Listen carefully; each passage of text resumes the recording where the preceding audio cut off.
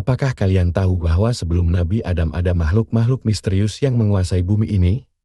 Siapa mereka, dan apa yang terjadi dengan mereka? Di video kali ini, kita akan menggali jejak-jejak makhluk yang pernah ada jauh sebelum manusia pertama datang. Jangan sampai ketinggalan, karena misteri ini bisa mengubah cara kita memandang sejarah dunia. Jangan lupa untuk like, komen, dan subscribe, agar kamu tidak melewatkan penjelasan menarik lainnya.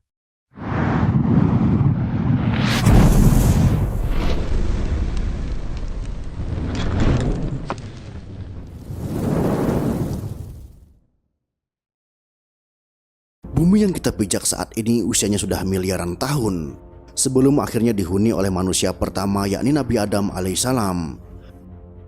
Bumi menurut ahli tafsir sudah ditinggali oleh beberapa makhluk. Makhluk apakah itu? Mari kita simak videonya.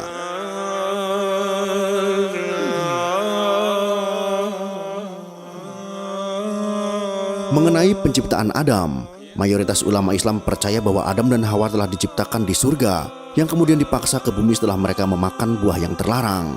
Akhirnya, keturunan mereka pun mengisi populasi bumi dan memulai sejarah kehidupan manusia. Menurut para ahli, pada saat bumi berumur 8.000 tahun, keadaan masih kosong. Di sini sudah terdapat banyak biji sawi putih, dan kemudian Allah Subhanahu wa Ta'ala menciptakan seekor unggas yang bernama Tabirunasar. Allah Subhanahu wa Ta'ala berfirman kepadanya, "Hai unggas Tabirunasar, makanlah olehmu biji sawi itu. Apabila habis biji sawi itu, engkau akan kumatikan." Sang unggas pun memakan biji-bijian itu. Namun cara memakannya diatur. Pertama sehari 1 biji yang dimakan. Setelah semakin berkurang, maka kini dimakannya hanya 1 biji sebulan. Biji sawi itu semakin berkurang saja. Saking takutnya terhadap kematian, sang unggas hanya memakan 1 biji dalam setahun. Namun akhirnya habislah biji-biji sawi itu. Tabirunasar pun akhirnya mati. Setelah kematian tersebut, Allah Subhanahu wa Ta'ala menciptakan makhluk lain sebagai penghuni bumi, yaitu 70 orang laki-laki. Namun tidak semuanya langsung diciptakan, melainkan satu persatu Allah Subhanahu wa Ta'ala menciptakannya. Apabila seorang yang meninggal, maka langsung diciptakan yang lain. Masing-masing dari mereka berumur 70.000 tahun. Konon setahun pada masa itu sama dengan 1000 tahun pada masa sekarang.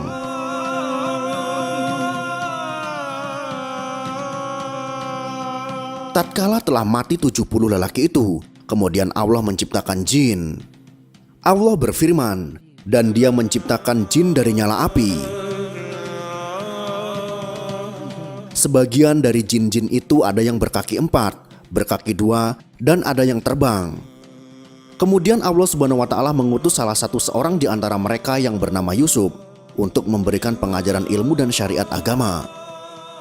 Namun, jin-jin itu banyak yang mendustakan ajaran-ajaran tersebut, dan akhirnya Allah Subhanahu wa Ta'ala pun mematikan mereka. Penghuni bumi berikutnya adalah suatu makhluk yang berpasangan. Rupanya seperti binatang dan keluar dari dalam neraka. Binatang itu pun beranak dan anaknya dinamakan dengan Azazil. Setelah cukup besar, Azazil mulai melakukan peribadatan kepada Allah Subhanahu wa Ta'ala selama 1000 tahun. Setelah itu, Allah Subhanahu wa Ta'ala mengangkatnya ke langit pertama. Selama 1000 tahun, di sini pun ia tekun beribadah. Allah Subhanahu wa Ta'ala menganugerahkan sayap yang terbuat dari manikan berwarna hijau. Dengan izinnya maka terbanglah ia ke langit kedua. 1000 tahun lamanya pula ia beribadah. Demikianlah pada tiap-tiap lapisan langit ia beribadah selama 1000 tahun lamanya, hingga ke lapisan langit ke-7. Sementara itu, di bumi saat itu sudah ada penghuni lainnya yang berasal dari bangsa jin bernama Jana. Hidup hingga 70.000 tahun lamanya, hingga lahir anak cucunya. Kata ahli tafsir yang lain, 18.000 tahun mereka mendiami bumi, kemudian mereka menjadi sombong dan kufur. Akhirnya Allah Subhanahu wa Ta'ala pun mematikan Jana. Sebagai gantinya adalah Banu Naljana. Ia mendiami bumi selama 18.000 tahun lamanya, hingga akhirnya ia juga dimatikan oleh Allah Subhanahu wa Ta'ala. Sementara itu di atas langit sana, Azazil bersama para malaikat masih khusyuk beribadah. Azazil menjadi penghulu para malaikat selama 7.000 tahun lamanya dalam beribadah. Hingga pada satu waktu, Azazil mengajukan suatu permohonan kepada Allah Subhanahu wa Ta'ala.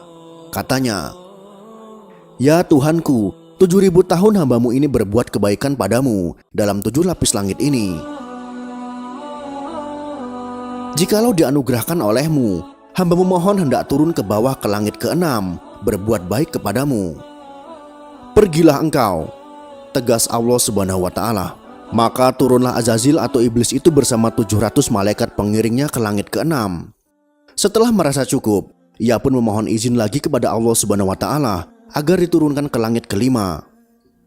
Di langit ke-5 pun ia memohon diturunkan ke langit yang di bawahnya, dan demikian seterusnya hingga sampai mereka di langit dunia.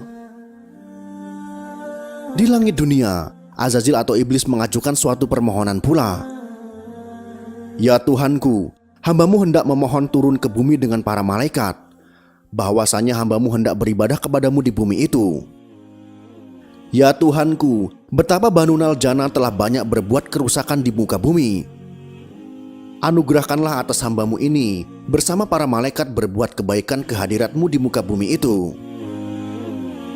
Allah Subhanahu wa Ta'ala pun mengabulkan permohonan Azazil itu. Diturunkanlah ia bersama 700 malaikat yang mengiringinya untuk beribadah di muka bumi, setelah sebelumnya Banu Naljana dimatikan karena banyak berbuat kerusakan. Setelah 8.000 tahun lamanya beribadah, iblis mencoba mengemukakan ungkapan hatinya bahwa di muka bumi inilah ia begitu betah dan tidak ada tempat lain yang membuatnya betah seperti ini. Akhirnya iblis memohon agar selamanya ia berada di muka bumi untuk berbakti kepada Allah Subhanahu wa Ta'ala. Sampai pada satu waktu, Allah Subhanahu wa Ta'ala berhendak menurunkan suatu keterangan kepada Azazil. Firman-Nya, "Ingatlah ketika Tuhan berfirman kepada para malaikat, sesungguhnya aku hendak menjadikan khalifah di muka bumi." Mendengar firman Allah tersebut, iblis menjadi berduka karena perasaan dengkinya. Mereka para malaikat pun bertanya kepada Allah Subhanahu wa Ta'ala mengenai siapa yang akan menjadi khalifah itu. "Adam namanya," jawab Allah Subhanahu wa Ta'ala. Mereka pun berkata, "Mengapa engkau hendak menjadikan khalifah di bumi itu orang yang akan membuat kerusakan padanya? Padahal kami senantiasa bertasbih dengan memuji engkau dan mensucikan engkau." Allah Subhanahu wa Ta'ala berfirman, "Sesungguhnya aku mengetahui apa yang engkau tidak ketahui." Itulah sekelumit kisah tentang makhluk pertama di bumi sebelum Nabi Adam yang kami peroleh dari berbagai sumber. Semoga informasi ini bisa bermanfaat untuk kita semua. Wallahu a'lam bishawab.